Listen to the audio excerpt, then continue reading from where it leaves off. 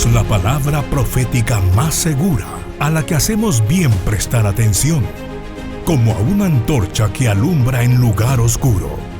Bienvenido al repaso de la lección por el pastor Eric Barría.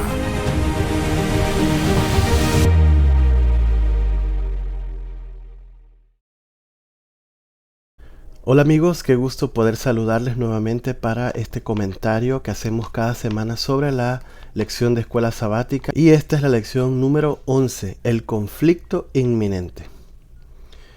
La verdad es que por más que se quiera la paz, hay un momento en la historia donde será imposible mantener la paz. Y esto tiene que ver con la verdad.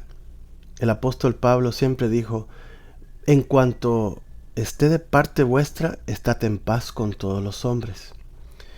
Pero fue un hombre que tuvo muchas luchas, muchas guerras, pero no porque él las buscara, sino porque, como él vivía la verdad, entraba en conflicto con las personas que no querían aceptar la verdad. Lo mismo pasó con Jesús. Jesús buscó siempre la paz, pero esa paz, esa verdad que él era, incomodaba al Sanedrín, y por eso pues buscaron su muerte. El texto para esta semana se encuentra en Juan 17:17, que dice: santifícalos en la verdad, tu palabra es verdad. El conflicto está llegando a su fin, y el centro de ese conflicto tiene que ver con la adoración. Más que con un chip, más que con teorías conspiranoicas, necesitamos ir a la Biblia y comprender que la adoración será la clave del cierre de este gran conflicto. El día de reposo, ese regalo que Dios nos dio, se convertirá realmente en la causa del gran conflicto inminente que se acerca a este mundo. Por eso es que el llamado final de Dios para la humanidad es hacia la fidelidad. Así como aquellos amigos de Daniel que no se postraron ante la imagen, Dios también está hoy buscando hijos fieles, que no se arrodillen ante cualquier filosofía o cualquier presión mundanal o materialista, sino niños, jóvenes, hombres y mujeres, ancianos, todos puedan ser fieles a Dios. El Apocalipsis, que es uno de los libros menos leídos de la Biblia por la cantidad de símbolos que tiene, realmente no es un libro de bestias y de historias inexplicables, sino que es un libro que desarrolla los eventos finales, y hacemos bien en prestar atención a el desarrollo de este libro, que su mismo nombre lo dice, revelación de Jesucristo. Porque el Apocalipsis nos presenta cómo es que Jesús terminará el conflicto que existe de hace mucho tiempo para acá. Entonces podremos nosotros comprobar al ir a la Escritura del conflicto que se acerca a esta tierra, y podremos prepararnos y preparar a los que amamos y que queremos ver en el reino de los cielos. Apocalipsis 14 comienza diciendo: temed a Dios, dadle gloria, porque la hora de su juicio ha llegado.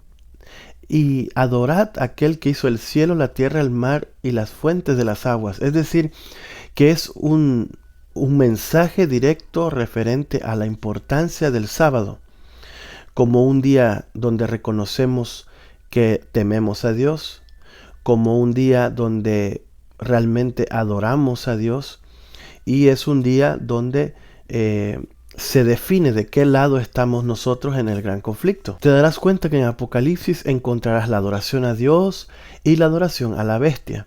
Entonces tienes que comprender que la adoración, tu elección, tu decisión de qué lado está, va a determinar la eternidad. Es decir, tu vida eterna o tu muerte eterna. Lo interesante de Apocalipsis 14 es que termina con siempre la expresión: ellos son los que tienen la paciencia y la fe de Jesús. Han desarrollado esa fe que se aferra a las promesas de Dios, que confía en Dios aun cuando no lo pueda ver, cuando no lo pueda sentir. Esa fe tan importante para este tiempo del fin. ¿Qué tal está tu fe en este día?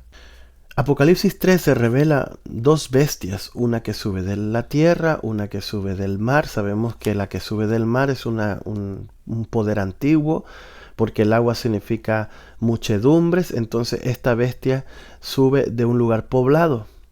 Luego aparece una segunda bestia que es un lugar despoblado.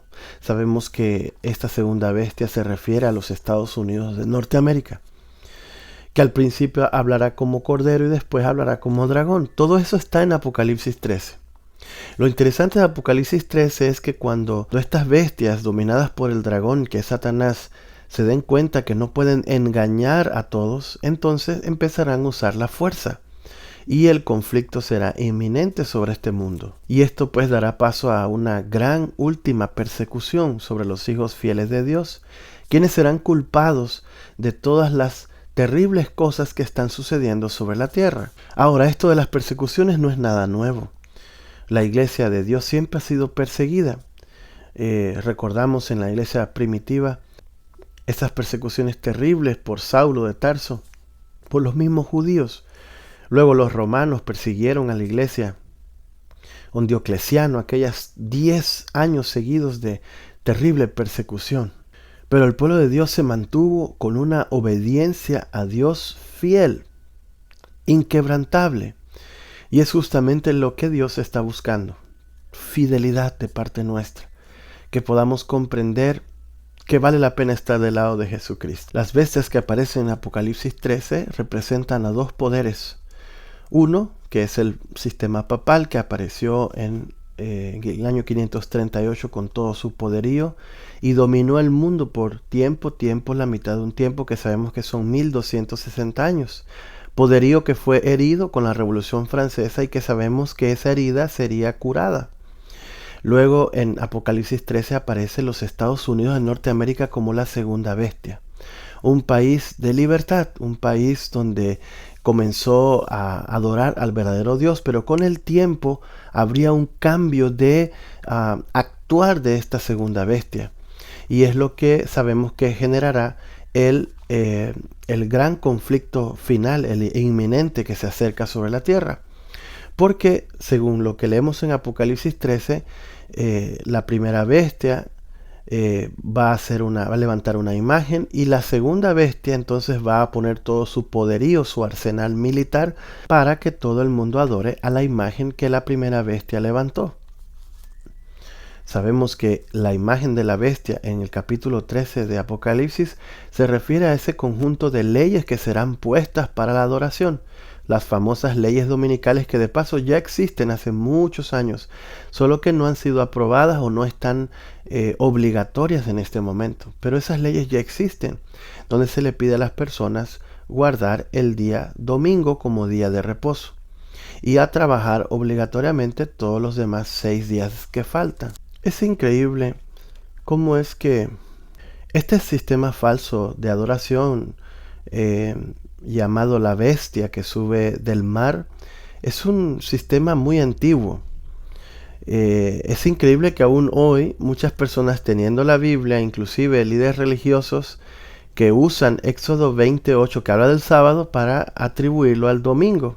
Entonces es real que hay un conflicto inminente que se avecina sobre este mundo y nosotros tenemos que estar preparados, y la mejor preparación es conectarnos con Dios a través del estudio de la palabra de Dios y también dejar que el Espíritu Santo nos guíe. Lo hermoso de la Escritura es que ella misma se explica a sí misma. Y para entender este conflicto inminente que se acerca, la Biblia nos cuenta una historia que está registrada en el capítulo 3 de Daniel. Allí el personaje es también un gobierno que tiene toda la autoridad y también maneja la religión. De por sí tú debes saber que desde los tiempos antiguos Dios siempre ha querido que la religión y el Estado estén separados. Pero la Biblia habla en Apocalipsis de una relación ilícita entre la iglesia que deja a Dios y se une al gobierno. Entonces una religión un poder religioso que está unido a un poder eclesiástico fue el que dominó toda la Edad Media. Entonces en Daniel capítulo 3 encontramos un gobernante llamado Nabucodonosor, que era el poder del Estado, uniendo al Estado con la adoración. Levanta una imagen parecida a un sueño que él había tenido, pero ahora esta imagen es toda de oro, pensando en la perpetuación, porque todos los emperadores querían ser eternos, pero los seres humanos estamos sometidos al tiempo y nos vamos desgastando y morimos. Pero él levanta una gran imagen y entonces ahora con musiquita de fondo le pide a todo el mundo que se arrodille ante la estatua, so pena de muerte. Esa historia que parece sencilla, que parece algo que no interesa, es una historia profética. Es una historia que se va a repetir al final del tiempo, donde seremos obligados por leyes, por decretos, a adorar lo que no sabemos. Lo interesante es que esa adoración tenía instrumentos de música que sonaban muy bonito, que estaban coordinados entre los instrumentos de viento y de cuerda para hacer un ambiente emocional y que la gente se arrodillara con miedo a la muerte, pero también se arrodillara por sentimiento, aun cuando no saben a qué están adorando. Pues es justamente lo que pasa hoy. Millones y millones de cristianos van a sus iglesias con una buena musiquita de fondo, se arrodillan a lo que no saben. Y no lo saben no es porque no quieran saberlo, sino porque sencillamente no desean leer un escrito está.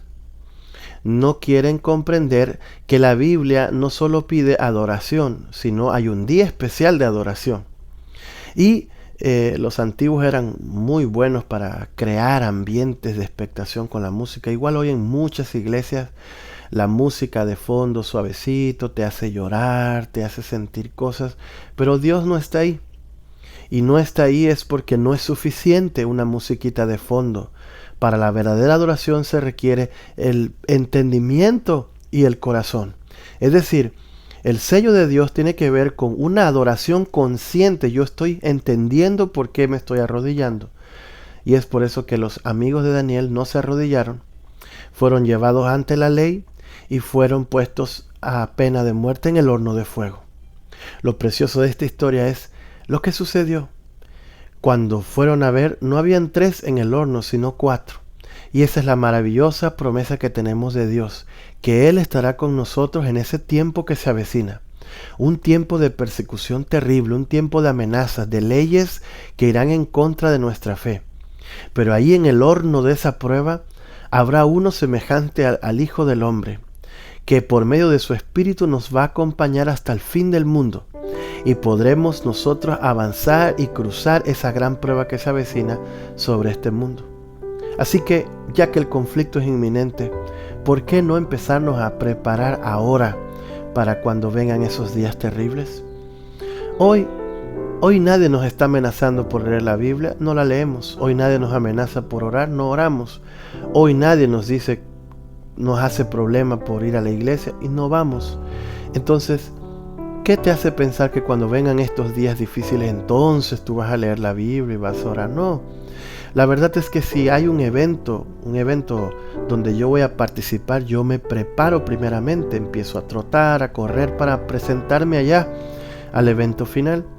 Pues así también, sabiendo que se avecina una crisis mundial, yo necesito hoy aferrarme a Dios. Yo necesito hoy entender la importancia de ser fiel a Dios. ¿Quieres ser fiel a Dios?